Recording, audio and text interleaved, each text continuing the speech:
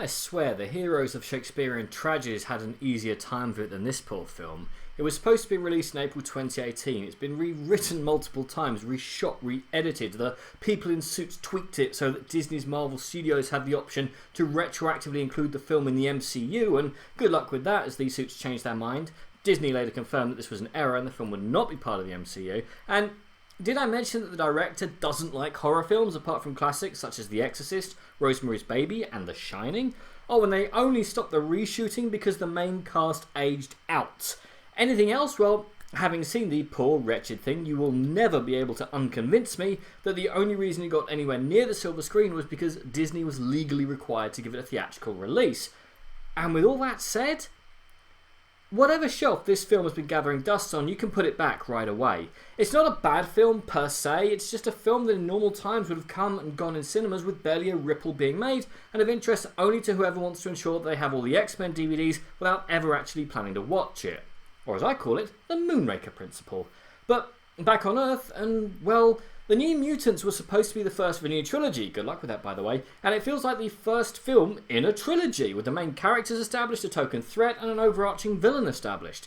Leaving aside the issues of this film feeling like, and indeed being yet another film with dreams of sequels that are simply never going to happen, there are several issues with this so-called horror film.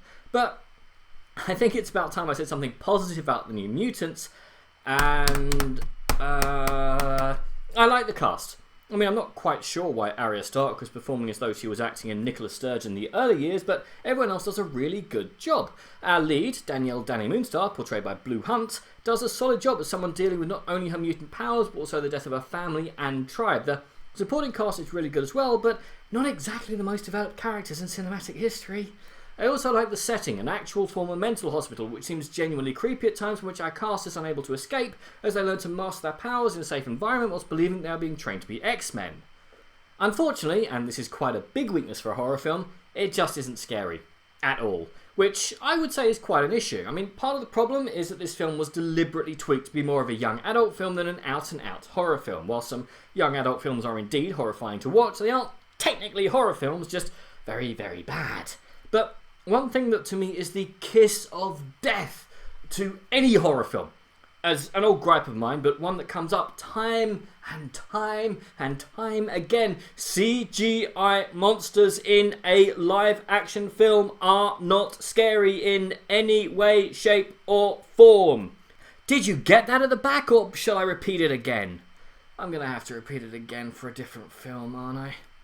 Anyway, there is an interesting, if slightly generic film here about teens trapped in a lunatic asylum having to face their fears and hormones and the difficulties of maintaining a consistent accent, which had been quite interesting up until someone suddenly realised that it had some money left over and starts throwing out CGI creatures like they're going out of style, which doesn't work for several reasons. Firstly, the monster isn't there for the actors to react to, which degrades their performance. You try acting scared of a tennis ball on a stick.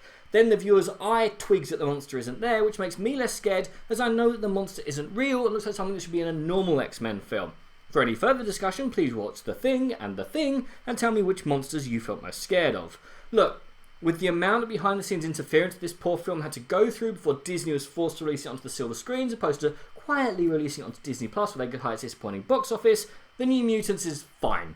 It's got consistent tones, characters, no glaring plot holes, all that good stuff. I like that there were no costumes, no supervillains, and the villain of the film had a pretty solid point. The kids there had powers that they needed to learn to control before anyone else got hurt, but the young adult stuff got in the way of the horror elements. It was easy to tell that this was a film that had been forced to change into something else, was trying to get back to where it was, and you just can't escape that this is yet again the first film in a trilogy that just isn't going to happen with all of the baggage that entails.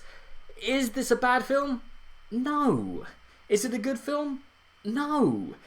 It's a mediocre offering that could have been more or allowed off its leash. The characters a bit more, or a lot more developed, and the CGI monsters swapped out for real horrors. But as it is, if nothing else, and I do mean nothing else is on, check this out. Otherwise, just don't bother. But what do you guys think? And what is your favourite horror film set in a lunatic asylum? Comment below, let me know. I'm Daniel.